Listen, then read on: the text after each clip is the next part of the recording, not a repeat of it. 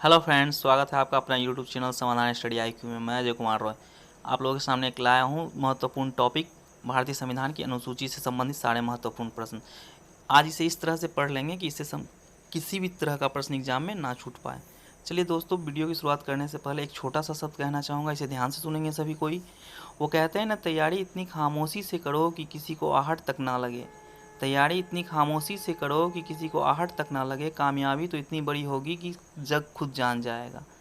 दोस्तों, वीडियो की शुरुआत करने से पहले एक बात और कहना चाहूँगा, हमारा ये चैनल को आप लोग सब्सक्राइब, लाइक और शेयर जरूर कर दें, कमेंट्स जरूर करें, जिससे कि सारा वीडियो आपको पहले मिल जाए। और इसके सारा लिंक डिस्क्रिप्शन बॉक्स में दिया गया है, आप लोग देख सकते हैं। चलिए दोस्तों, शुरुआत करते हैं पहले प्रश्न से। भारतीय संविधान के प्रथम अनुसूची में किसका उल्लेख किया गया है? भारतीय संविधान के प्रथम अनुसूची में किसका उल्लेख किया गया है? इसका सही आंसर ए हो जाएगा। क्या हो जाएगा दोस्तों? ए हो जाएगा। राज्यों का संघ, स्टेट ऑफ यूनियन। इससे महत्वपूर्ण जानकारी भी जान लेते हैं, क्या क्या दिया गया है। भारतीय संविधान में मूल रूप से कितनी अनुसूची थी? 8 अनुसूची थी। वर्तमान समय में कितनी अनुसूची है? तो 12 अनुसूची है। वर्तमान समय में 28 राज्य और 8 संघ शासित प्रदेश का उल्लेख भी है। इसकी चर्चा पहले अनुसूची में मिलती है। किस अनुसूची में मिलती है? पहले अनुसूची में मिलती है। चलिए, इससे संबंधित कुछ और प्रश्न भी जानते हैं दोस्तों। किसी भी क्षेत्र या राज्य के निर्माण में सबसे सही तत्व क्या माना गया है? भाषा। सबसे सही तत्व क्या माना गया है? भाषा। क्योंकि किसी भी राज्य का निर्माण या क्षेत्र का गठन किसके आधार पर किया जाता है? भाषा के आधार पर किया गया है।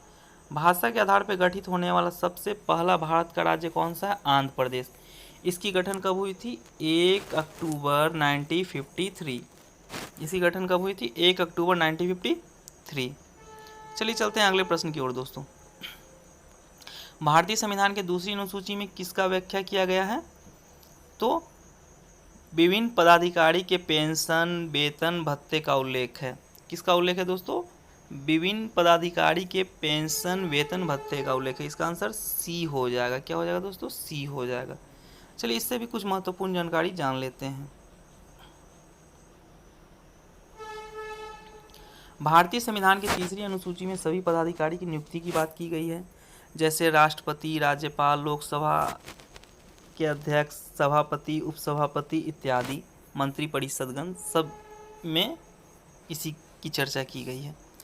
भारतीय संविधान में राष्ट्रपति, उपराष्ट्रपति, सर्वोच्च न्यायालय के न्यायाधीश, प्रस्तावना, राष्ट्रपति पे महाभियोग, ये सारे प्रावधान किस देश के संविधान से लिए गए हैं?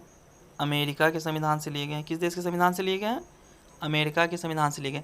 विश्व में सबसे पहला लिखित संविधान को लागू करने वाला देश कौन सा है दोस्तों? अमेरिका। ये कब लागू हुई थी लिखित रूप से? 1789, जब फ्रांस की क्रांति हुई थी। फ्रांस की क्रांति कब हुई थी? 1789। और अमेरिका भी इस दिन अपना संविधान लिख दिया था। चलिए चलते हैं अगले प्रश्न की ओर। भारतीय संविधान के किस अनुसूची में विभिन्न राज्य तथा संघ के राज्यसभा का प्रतिनिधित्व का विवरण मिलता है? मतलब राज्यसभा का सीट की चर्चा की गई है। तो इसका आंसर हो जाएगा दोस्तों डी। क्या हो जाएगा? डी। चलिए एक बार और बताना चाहूँगा दोस्तों, सभी को ध्यान से सुनेंगे। ये जितने टॉपिक्स कराए जाते हैं यूट्यूब पे आपको वीडियो के माध्यम से, ये सारा टेस्ट टेलीग्राम पे समाधान के नाम से ग्रुप चलती है। आप डिस्क्रिप्शन बॉक्स में लिंक दिया गया, आप देख सकते हैं और जुड़ सकते हैं। चलिए और भी इससे महत्वपूर्ण जानकारी को जान लेते हैं। सबसे अधिक राज्यसभा सीट का प्रतिनिधित्व उत्तर प्रदेश करती है। कितने सीटों का? 31 सीटों का। वर्तमान समय में राज्यसभा का सीट कितना है? 245। अधिकतम कितनी हो सकती है? 250 हो सकती है। लोकसभा का सीट कितना है? 250।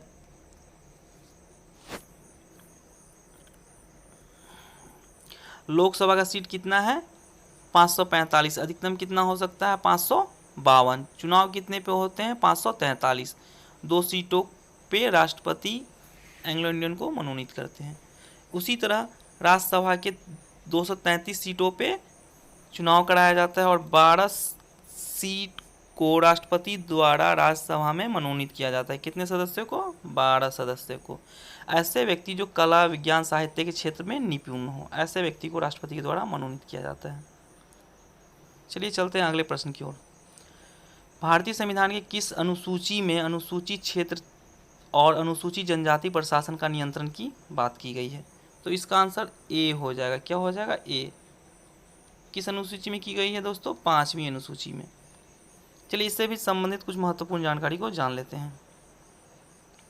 भारतीय संविधान के किस भाग में अनुसूचित जाति और अनुसूचित जनजाति क्षेत्र के बारे में चर्चा की गई है? अगर भाग पूछेगा तो 10 हो जाएगा। भाग क्या हो जाएगा? 10 हो जाएगा। और अनुसूची 5 हो जाएगी। और इसकी चर्चा किस अनुच्छेद में अगर की गई है तो 244। क्या हो जाएगा? 244। चलिए अगले प्रश्न की ओर चलते हैं। भारतीय संविधान के किस अनुसूची में पूर्वोत्तर राज्य असम, मेघालय, त्रिपुरा, मिजोरम जनजाति के प्रशासन के क्षेत्र के बारे में प्रावधान दिया गया है? इसका भी आंसर क्या हो जाएगा? ए हो जाएगा। क्या हो जाएगा दोस्तों? ए। 6ठी अनुसूची में इसका चर्चा की गई। इसके आंसर आपका ए हो जाएंगे, 6ठी अनुसूची। चलिए चलते हैं अगले प्रश्न की ओर।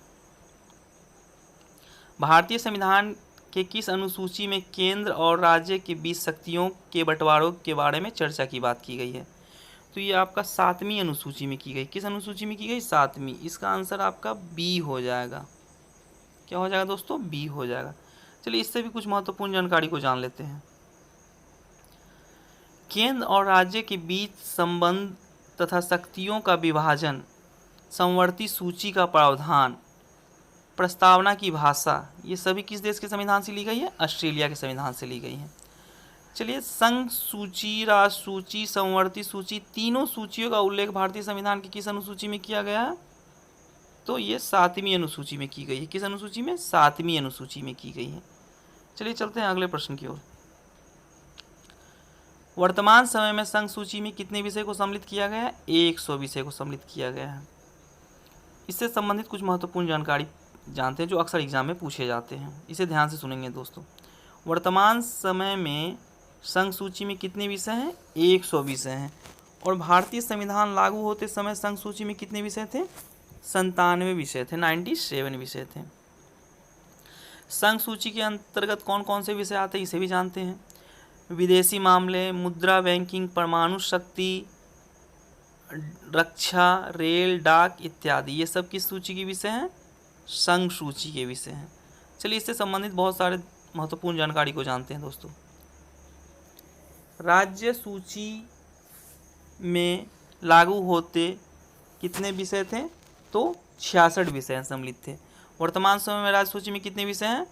तो 61 विषय हैं। कितने विषय हैं? 61 विषय हैं। राष्ट्र सूची के अंतर्गत कौन कौन से विषय आते हैं इसको भी जानते हैं दोस्तों। शांति व्यवस्था, स्थानीय शासन, पुलिस, कारागार, कृषि, जन स्वास्थ्य, ये सभी राष्ट्र सूची के विषय हैं। चलिए चलते हैं अगले प्रश्न की ओर। समवर्ती सूची भारतीय संविधान लागू होते समय इसमें कितने विषय थे? 47 विषय थे। वर्तमान समय कितने विषय हैं? 52 विषय हैं। चलिए समवर्ती सूची के बारे में जानते हैं कौन कौन से विषय आते हैं। विवाह, तलाक, शादी, शिक्षा, आर्थिक नियोजन, सामाजिक नियोजन, बिजली, समाचार पत्र, वन, ये सब किस सूची के विषय हैं? तो ये सभी समवर्ती सूची के विषय। शिक्षा को भारतीय संविधान में 42वें संशोधन के द्वारा 1976 में समवर्ती सूची में जोड़ा गया है। इसे याद रखेंगे अच्छे से दोस्तों, ये अक्सर पूछे जाते हैं। और एक बात इसमें जानेंगे, समवर्ती सूची में कानून बनाने का अधिकार संघ को और समवर्ती में दोनों बना सकती है, लेकिन इसके विषय समान होने पे इसका मान्यता संघ को दिया जाएगा। चलिए चलते हैं अगले प्रश्न की ओर।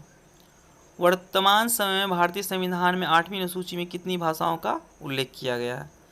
तो इसमें 22 भाषाओं का उल्लेख है। इसका आंसर ए हो जाएगा दोस्तों। क्या हो जाएगा? ए हो जाएगा। इसमें कितनी विषय का 22 विषय का उल्लेख किया गया। चलिए इसे भी जानते हैं कुछ महत्वपूर्ण जानकारी। मूल रूप से भारतीय संविधान में 14 भाषा थे। वर्तमान समय कितनी भाषा हैं? तो 22 भाषा हैं। मतलब पहले जो मूल रूप में थी तो 14 राज्य और 6 संघ शासित प्रदेश थे। फिर भाषा बढ़ते चला गया और राज्य भी बढ़ते चला गया, तो वर्तमान समय में कितने भाषा हो गए हैं? 22 भाषा हो गए हैं। चलिए जानेंगे कैसे कैसे भाषा बढ़ा है, इसके बारे में भी हम लोग जानते हैं। चलिए, सबसे पहला भारतीय संविधान में 21वें संशोधन के तहत 1967 में सिंधी भाषा को जोड़ा गया। किस भाषा को जोड़ा गया? सिंधी भाषा को 21वें संविधान संशोधन के तहत।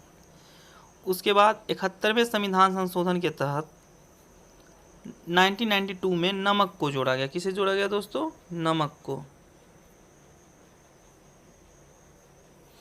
नमक को जानेंगे। ये नमक ट्रिक है आपका। नौ से नेपाली, मौ से मणिपुर, कौ से कोकनी। इसे 71वां संविधान संशोधन के तहत 1992 में जोड़ा गया है। फिर बात करते हैं 92वां संविधान संशोधन के तहत मैथिली, डोगरी, संथाली, बोडो, ये चारों भाषा को 8वीं अनुसूची में 2003 में 92वें संविधान संशोधन के तहत जोड़ा गया, जो वर्तमान समय अब कितने भाषा हो गई है 8वीं अनुसूची में? तो 22 भाषा हो गई है टोटल।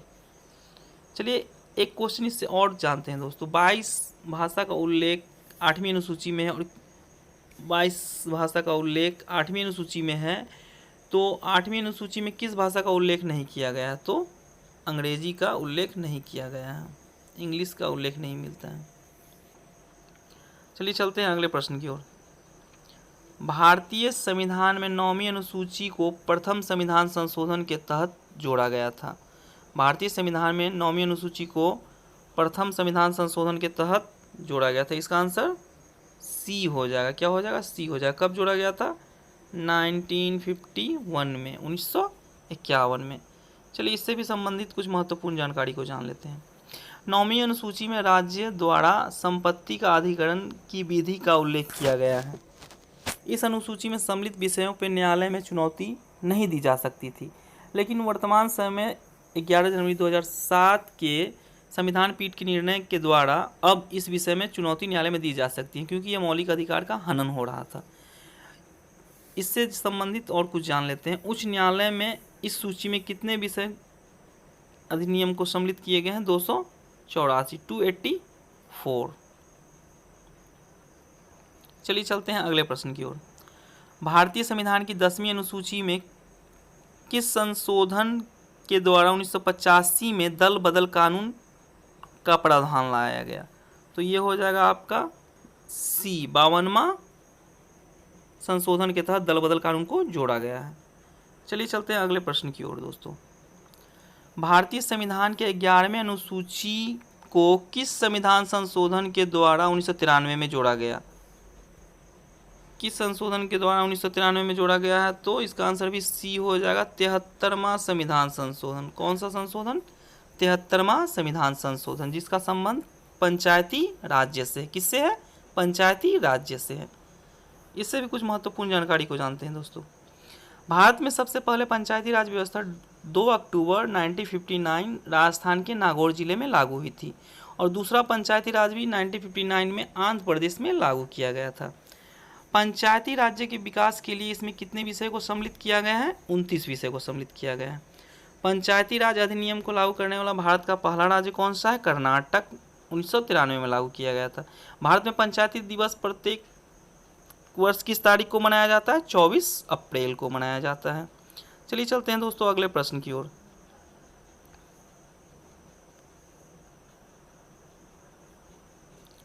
भारतीय संविधान की 12वीं अनुसूची को किस संशोधन के तहत जोड़ा गया है? किस संशोधन के तहत जोड़ा गया? तो इसका आंसर ए हो जाएगा दोस्तों। क्या हो जाएगा? ए। यह आपका 74वें संविधान संशोधन के तहत जोड़ा गया है। 74वें संविधान के संशोधन के तहत जोड़ा गया।